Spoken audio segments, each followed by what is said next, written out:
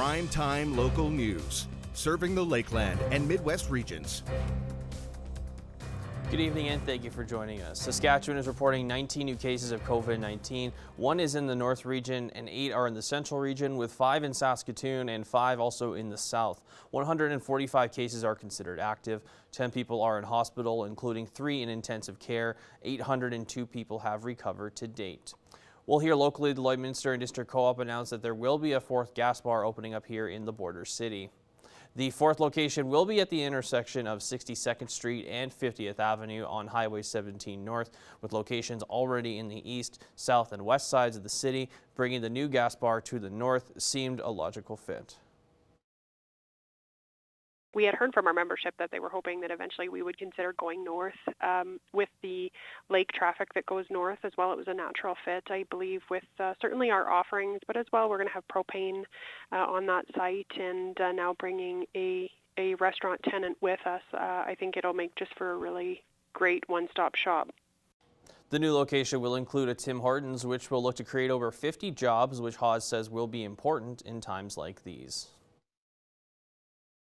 50 new positions, out of these two combined businesses, that it's just something that we're happy to make that investment and provide those returns back into the community, even in terms of gainful employment. The new gas bar is expected to open in late August, while the Tim Hortons attachment will open in early September. The Snowflake House Respite Foundation recently opened up their overnight respite house. I had the chance to find out more about what it will mean for the community. I'm very pleased to be joined with Shelley and Varinga, the Executive Director for the Snowflake House Respite Foundation here in Lloydminster. So Shelley, first off, thank you very much for joining me today. Thank you for having us. Now, I know the Snowflake House Foundation just opened up their overnight respite house. Just talk about how big of a deal this is for the foundation and what it will ultimately mean for the community. We were informed by the multiple funders that we work with that there's a desperate need for an overnight respite. Somewhere kids can go for 24 to 72 hours at a time, giving their parents a break. So we've worked really hard and we rented a 3-bedroom house in town, and we have 6 beds. And so that gives us the opportunity to take kiddos ages 2 to 14 for 24 to 72 hours. What kind of services are going to be offered at the overnight respite house? We have workers there 24 hours a day, of course. We have a home type setting. It's really pretty. It's not sterile at all. We have craft room, activities, toys. Thanks to Hyundai Lloydminster, they bought us a bunch of sports equipment that the kids can set up for street hockey in the garage. We do a lot of mentoring services. We help them to learn to read and to write. We have flashcard systems. So for those that may not be familiar with the Snowflake House Respite Foundation, just give us a little bit of background onto what you guys do in the community. So Snowflake House Foundation was started 8 years ago by Lily Blonde, who was a mom with an autistic son, couldn't find resources to help her and her family, so she created it. We provide respite services daytime.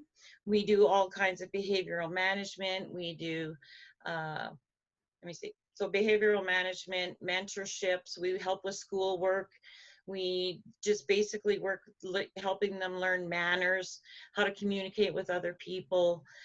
Sometimes it's just playtime and we take them out to the park or to the water park or do all kinds of things. Bring them here, play games right in the office.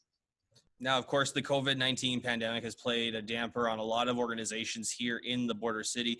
Talk about how you were affected by COVID-19 from the beginning to right now when we're in phase 4.2 of the reopen plan. So in the beginning, we were doing really well. We had 34 active families that we were working with. COVID, of course, dropped us down to at least 50%, but that's starting to increase again. We have a lot of safety features in place. All our staff have masks. We bought face shields. We have carry sanitizer with them everywhere they go, and just being really super cautious. How big has the community support been for the foundation during this pandemic? Snowflake hasn't really asked for much help in the community. But lately we, of course, with opening the house, we've had to reach out for toys and things. And the community response has been really big. We've got a ton of toys given to us. Hyundai Lloydminster was awesome. They bought sheet sets for the beds. They bought some bedding, and then they filled us with sports equipment. So we've been very fortunate. And lastly, just for anyone that's watching, if they want to help out or get involved in some way, shape, or form, how can they do so? They can either contact me by phone at 306-830-2655 or look for us on Facebook. We have a Facebook page. Well, Shelley, I really appreciate your time, and thank you very much for joining me today. Thank you for having us. Now for this week's edition of Retrospect, here's Blake Nath.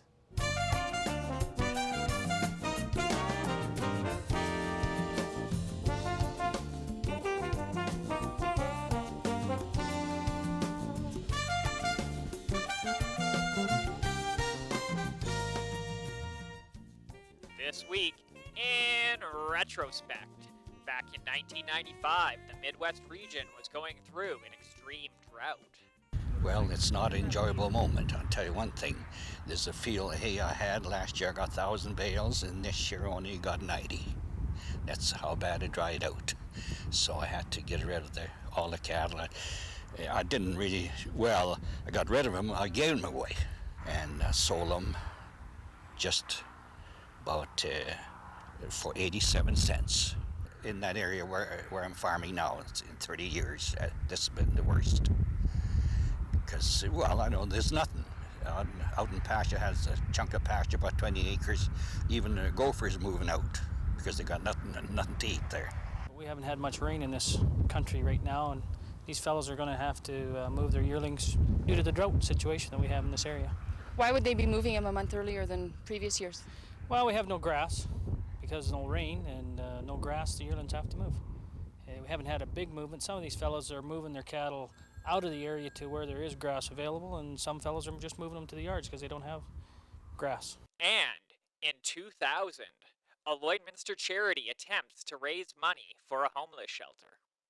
A life on the streets is something few of us can fathom, but for some, it is a reality. We conducted a survey about a year ago, and we recognized that there was 300 individuals who would require an emergency shelter within our community. Here in the border city, Heather Gray is working on making a difference. The Lloydminster Social Action Coalition Society is a group of individuals who have recognized the need for a homeless shelter within our community. And it has been our endeavor to establish a 15-bed shelter with a soup kitchen. Gray says there is a lot of concern in Lloydminster, but not a lot of action, and that is why a fundraiser was held today. The fundraiser is just to raise the money to become incorporated. Like, the registration costs are fairly high, and we are continually needing extra money for research and development. And that's it for this week in retrospect. Retrospect this week is brought to you by Webb's Ford. Worth your while to drive the extra mile. Webb's Ford in Vermilion.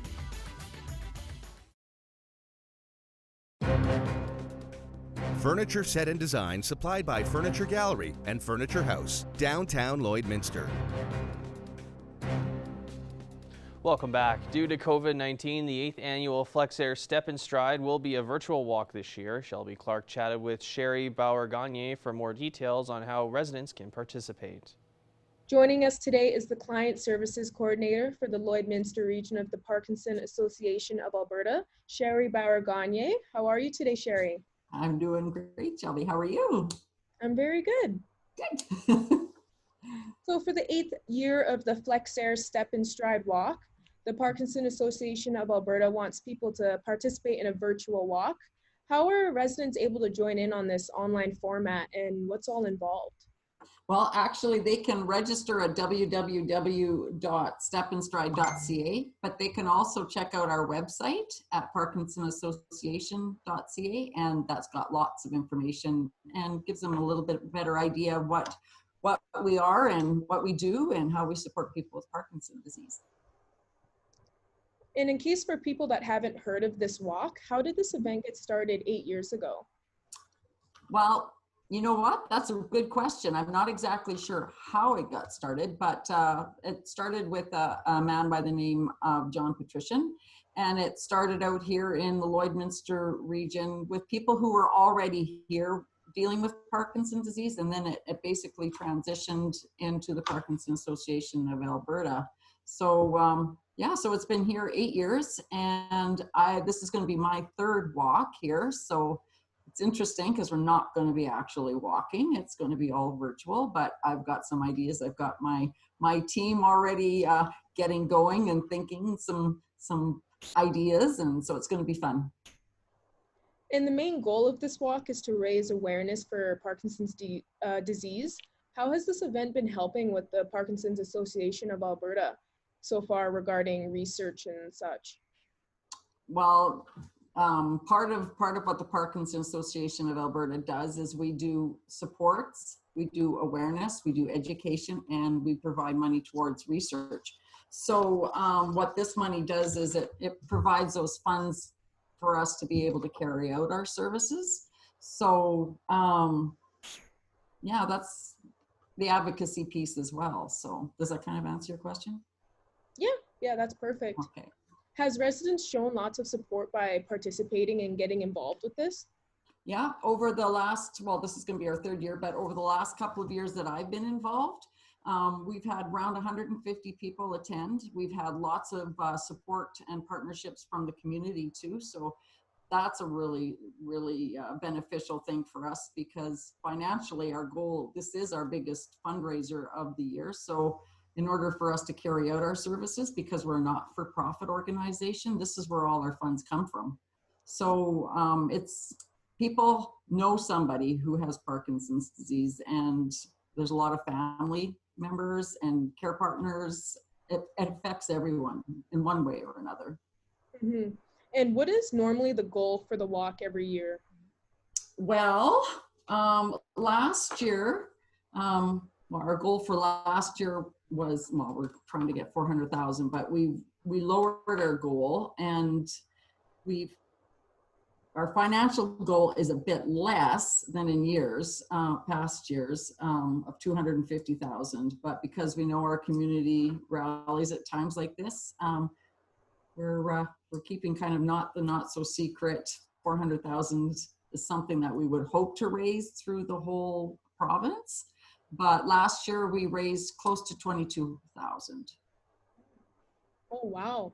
Mm-hmm. And how much is the goal now for this year for the virtual walk? For the province, it's 250,000. Yeah. So it would be awesome if we could keep what we did last year, but we know with COVID and the economy, this is going to be a really, really tricky year, and hoping that we can raise some of those funds that are really going to help us be able to keep going. That's the scary part. We've really cut back our staff, etc., with the Parkinson's Association. So like a lot of businesses and organizations, everybody's just trying to survive right now. And do you believe, since due to COVID, this year for the virtual walk will have the same support as it has in the past? You know what? Maybe we'll get better support. We don't know. I'm kind of an optimistic person, so this is something that we've never tried before.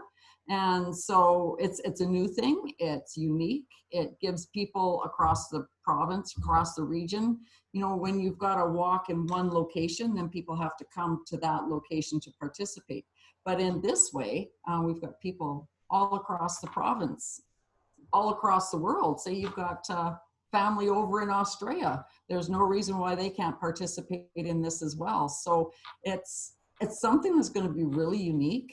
We'll see where it goes, but I think it's going to be awesome. Like, the sky's the limit for what people want to do. I'm really excited to see some of the teams come together and get unique ideas, because there's a place where you can send your pictures, send your videos, then other people can catch the enthusiasm and the excitement. I know we've been talking, a friend of mine was diagnosed with Parkinson's disease at Christmas time. And it's crazy because I've been working with the Parkinson's Association for, well, going on 3 years. And then all of a sudden my friend said, Sherry, I've been diagnosed. And so our team, I'm going to be our captain because it's kind of tricky for her, but I'm going to be our captain, but we're doing it. We're rallying around her, and she's chosen our name to be Dies Movers and Shakers. So it's going to be a lot of fun. We're a crazy group, and we're going to be having a lot of fun with it. So we'll just send the challenge out right now. Everybody get their crazy ideas going and get that enthusiasm going. So yeah. The event is September 12th. Can you explain the weekly workouts in August that residents can participate in before the virtual walk? You bet. What you can expect this year is weekly workouts, and they're starting August 1st, and they'll be brought to you by health and fitness experts all across the province. Participate in all 6, and then your name goes in and is entered for a flight for 2 anywhere that WestJet flies, once everybody gets to fly again. But yeah, so it'll be worth waiting for sure. Awesome. Well, thank you so much for joining us today, Sherry. And I wish you and the association best of luck in the future. Thank you so much. And thanks for getting in touch with us. It's going to be awesome. Stay with us for Primetime Local News after the break.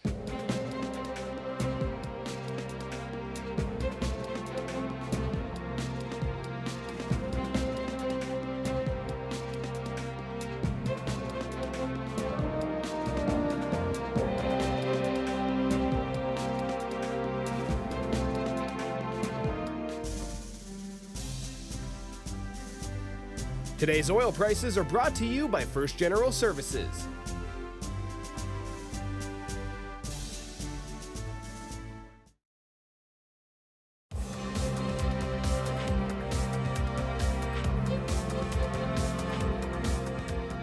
Welcome back. Our Evan Kenny and Eric Bay chatted about the finalists for the various NHL awards.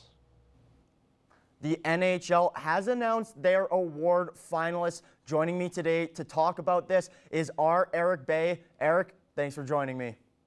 Hey, glad to be back. Had a week off, but this is a great topic to kick off the week here, so really excited. For sure, and I know myself, like many others, are very excited to see what the finalists, or rather, who wins the awards. And we might as well just kick it off with the first-year players in the league, the Calder Trophy for Rookie of the Year. eBay, let's throw it to you. What are your thoughts? Who do you think will win the Calder?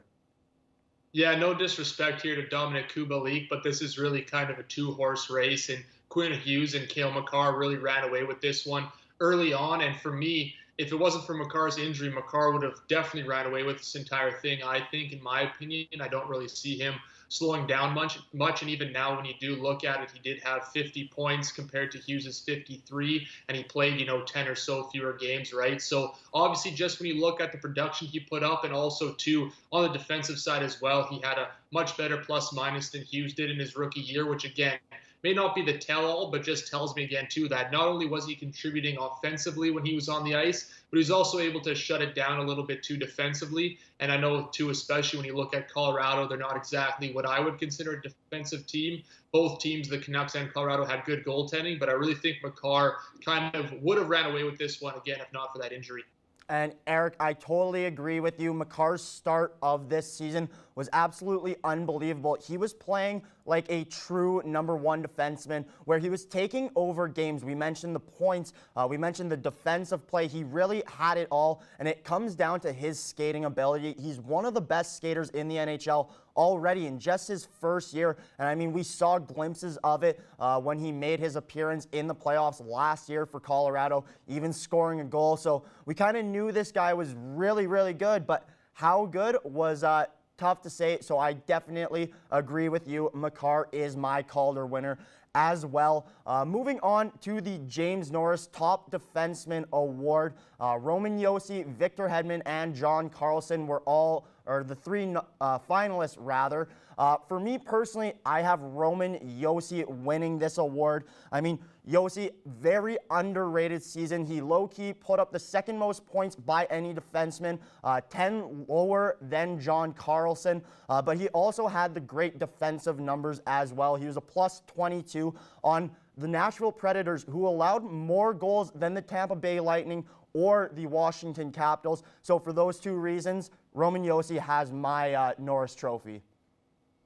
Yeah, and I mean, for me particularly, I would say any other year, this is definitely Roman Josi's. You mentioned very underrated season, and that's really what he's done throughout his entire career in Nashville. He's just continued to up the ante. But I look at what John Carlson did here this year in Washington, and specifically exactly what he did at the start of the season. Obviously, he did have that very, very hot start, and he put up over a point per game as a defenseman, which especially nowadays is very hard to do. And yes, Josi did have that better plus minus when we do look at that stat. But I just think, again, especially when we talk about the Norris, obviously we've seen in recent years it has gone to the best offensive defenseman. So I do think when you are looking defensively, because, I mean, hey, you still have to score more goals than the other team, right? So I really do think that Carlson did enough with his offensive play to put him over the top in Josi in that discussion. However, I will say I wouldn't be upset or surprised if Josi was voted the Norris Trophy winner because, again, an amazing season down there in Nashville. Yeah, Carlson had the start. Josi kind of came on strong at the end.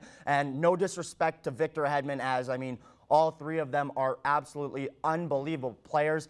Speaking of unbelievable players, the Ted Lindsay finalists, Leon Draisaitl, to the surprise of nobody, Artemi Panarin and Nathan MacKinnon are the finalists. I know we have different opinions on this, so eBay, why don't you start us off? Yeah, for sure. And I know when people do see this and they look automatically, the first thing you go to when you're picking MVP is the points. And if you were going just by points, then obviously it would be Leon Draisaitl, 110 points this season. Again, just an amazing season overall. But when I'm looking at most valuable player, I need the most valuable player to his team. And I really do think that Connor McDavid is still, no matter what, the most valuable player on the Edmonton Oilers. And I don't think Draisaitl would be as effective without McDavid. So for me, I think my MVP is Nathan MacKinnon, and obviously he did have a great season here this year, over 90 points. And the thing for me is he did it without his running mates. Both Gabriel Landeskog and Mikko Rantanen missed significant time. Landeskog only playing 54 games, Rantanen playing 42. So he had way more points than anybody else. We've mentioned Makar earlier. He was second on the team in points with 50. So MacKinnon had over 40 points more than the second guy on his team, whereas Draisaitl had McDavid, who had 97 points despite McDavid's injuries this season. And for me, the really telling stat, I think, is the fact that despite all the points Draisaitl put up, he was still a -7. So you're telling me that a guy in even strength has more goals scored against him than he can put in the net? That is concerning to me when you are looking at that overall MVP. And we've talked before, too, just those Calgary games as well. He put up 3 points a night, but makes some very terrible giveaways. So I really think that his numbers are kind of stretched just based on the fact that him and McDavid are getting so much power play time together. So for me, it's got to be Nathan MacKinnon for MVP. I agree with you, Eric, in the sense that a -7 as the top scorer in the league is just, it blows my mind that, you know, you can be a defensive liability and still be up for the most valuable player. Now, that doesn't take away that Draisaitl for sure is the most valuable offensive player, but overall, I wouldn't say he is the MVP of the season. I think Connor McDavid and Nathan MacKinnon are the two best players in the world, but I don't think this season that they were the most valuable for their teams. I think Artemi Panarin was the most valuable for his team. When you look at 5-on-5 points, he had 71 points versus 66 that Draisaitl put up. He was also a +36 over the season, and like we said, the -7 is a huge downfall for Draisaitl. I think Panarin really helped out this New York Rangers team who was looking for somebody to really carry them. So my vote goes to Artemi Panarin. Now that was the Ted Lindsay Award, who's voted on by the players. The Hart Award has not been released for the finalists yet, and that is voted on by the media. Eric, it's always a pleasure having you join us. Thanks for talking hockey with me. For sure. Thanks for having me. Now let's take a look at your ag prices.